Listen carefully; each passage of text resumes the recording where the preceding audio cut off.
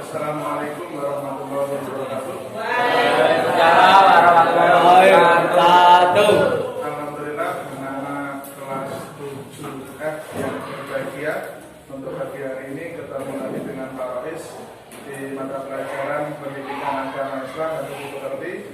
Marilah kita mulai pelajaran hari ini dengan berdoa terlebih dahulu. Semoga dari awal hingga akhir nanti apa yang kita dapatkan, ilmu yang akan kita serap nanti bermanfaat kepada kita semuanya. Amin ya rabbal alamin. Bismillahirrahmanirrahim. Alhamdulillahirabbil alamin. Arrahmanirrahim. Maliki yaumiddin. Iyyaka na'budu wa iyyaka nasta'in. Ihdinas siratal mustaqim. Siratal ladzina an'amta 'alaihim ghairil maghdubi 'alaihim waladdallin. Bismillahirrahmanirrahim. Raditu billahi rabban wa bil islami dinan wa bi Muhammadin nabiyyan wa rasulan rabbi zidni ilma warzuqni fahma waj'alni minas sholihin. Amin ya rabbal alamin. Alhamdulillah. Untuk kesempatan kali ini kalian saya ajak untuk mempelajari materi yang sudah Pak Rois sampaikan untuk dipelajari hari ini, yaitu bab keempat, indahnya kebersamaan dengan sholat berjamaah. Itu rencana kita hari ini untuk mempelajari mengenai konsep tentang sholat berjamaah. Kita masih membahas mengenai konsep sholat berjamaah, dan nantinya ke depan kita akan lebih lanjut untuk mempelajari tata cara sholat berjamaah, prakteknya, kemudian cara membiasakan sholat berjamaah baik di rumah, mushola maupun masjid setempat kita. Sebelum kita memulai pelajaran hari ini, Pak Rois mau mengecek kelengkapan absen untuk hari ini. Hari ini waktunya ganjil ya. Sebagian dari kalian yang genap masih PTMT di rumah, sedangkan yang sebagian hari ini ganjil, kita bisa melaksanakan tatap muka di sekolah. Udah? Oke. Riva Fajar Prasetya. Ya. Alhamdulillah, hanya putri yang izin. Silakan dilihat, dibuka buku tulisnya mulai halaman 47 dan sambil diperhatikan slide yang Pak Rois sampaikan di depan layar.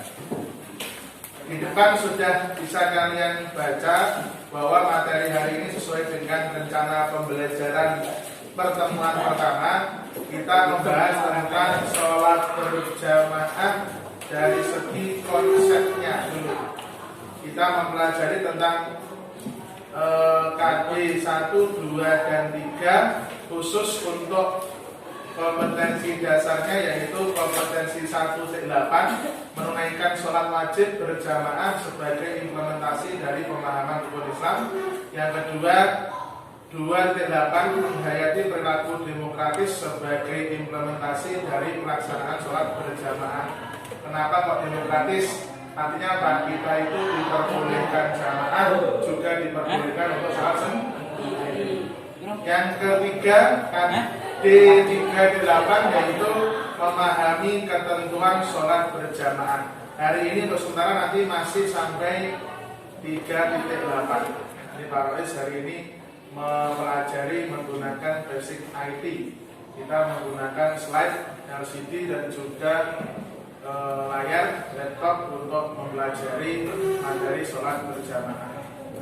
Bismillahirrahmanirrahim. Mari kita mulai untuk materi inti. Anak-anak, hari ini yang pertama saya ajak untuk mengetahui pengertian dan konsep dari sholat berjamaah. Pengertian dan konsep sholat berjamaah yang kita pelajari. Mari diperhatikan untuk slide-nya. Silakan diperhatikan sungguh-sungguh. Kalau ada yang penting bisa ditulis terlebih dahulu. Nanti di akhir pelajaran sebelum kita memulai untuk diskusi, kalian akan saya beri penekanan. Ini tadi yang saya sebutkan mengenai kompetensi dasar yang kita pelajari, mulai menunaikan sholat wajib berjamaah, memahami ketentuan sholat berjamaah, mempraktekkan sholat berjamaah. Tujuannya satu, menunjukkan tata cara sholat wajib berjamaah, mendemonstrasikan apa itu saudara? Mendemonstrasikan itu kode kalau mempraktekkan. Nanti di akhir pelajaran kita untuk minggu depan, untuk pertemuan yang kedua dan ketiga, kita akan praktek di masjid sekolah. Kemudian melaksanakan sholat wajib berjamaah sebagai implementasi dari pemahaman rukun Islam. Kalian sebagai anak yang sudah akhir balik, sudah saatnya untuk wajib menjalankan ibadah sholat lima waktu, menjelaskan pengertian sholat wajib berjamaah dan dasar hukumnya, menjelaskan syarat sah sholat berjamaah, bagaimana sahnya, menyebutkan hukum sholat masbuk, menyebutkan halangan sholat berjamaah, menyebutkan keutamaan sholat berjamaah, menunjukkan tata cara dan kemudian mempraktekkan. Khusus yang tata cara dan mempraktekkan ini akan kita pelajari di pertemuan yang akan datang. Hari ini kita khusus untuk membahas tentang konsep dan pengertian dari sholat berjamaah. Yang pertama, merenung dan mengamati. Bisa dibaca dulu. Dibaca dalam hati dulu, berarti Dalam hati, masjid tempat untuk sujud. Jangan setiap hari tahu apa itu masjid, tapi belum tentu paham maksudnya. Masjid itu tempat sujud, merupakan tempat beribadah umat Islam. Di masjid mereka saling berdekatan, bertatapan, berjabatan tangan, bersapa dan berpautan hati demi mewujudkan semangat ukhuwah atau menjalin persatuan. Rasa persatuan yang paling indah adalah persatuan dan kebersamaan orang yang sholat berjamaah. Sholat dipimpin satu imam, sama-sama bermunajat hanya kepada Allah Subhanahu wa Ta'ala, mulai dari takbiratul ihram hingga salam. Jadi kalau sudah sholat berjamaah, kalian sudah ada imam, ada makmumnya, berteparan sama kok sholat karena dewi. Aku tak bisa imam itu kesowan. Nah ini tidak boleh. Kita harus disiplin, harus berjamaah. Kalau jadi makmum ya ikut, harus melaksanakan sholat gerakannya setelah gerakannya di imam. Yang kedua,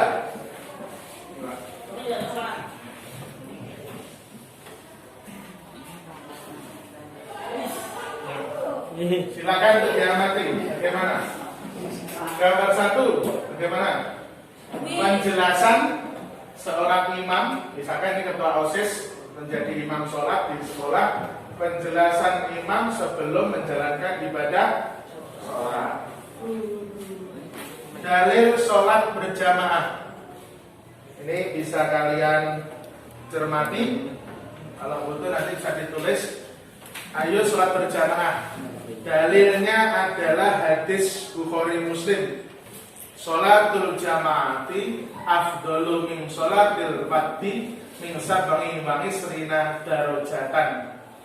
Ada juga yang disebutkan lebih lebih komplit di buku kalian paket berdasarkan sanadnya. Ngani bening Umar qala, halaman 8. Lihat. Ngani bening Umar qala Rasulullah sallallahu alaihi wasallam, sholatul jamaati tafdulu ala sholatil fardhi bisab'i wa isrina darajatin. Biasanya kalau kita sholat sendiri itu kadang-kadang belum tentu kita bisa khusyuk, belum tentu kita bisa diterima pahalanya karena kita tidak atau sulitnya untuk khusyuk. Tapi lihat sama sholat berjamaah, umpama tarawih dari imam rasa khusyuk, kok enak seneng guri dhewe iso khusyuk, maka semuanya ikut mendapatkan pahala berjamaah. Ada yang tanyakan dulu sementara? Syarat sholat berjamaah, ada imam, ada makmum, dikerjakan dalam satu majelis. Sholat makmum sesuai dengan sholat imam. Tidak ada imam, jelas tidak akan jadi sholat berjamaah. Harus ada makmum. Kemudian kalau misalkan imamnya ini Pak Rois ini sama nih, kono nek ruang sisi tidak boleh terhalang. Jadi harus satu tempat itu artinya antara imam dan makmum harus ketahuan.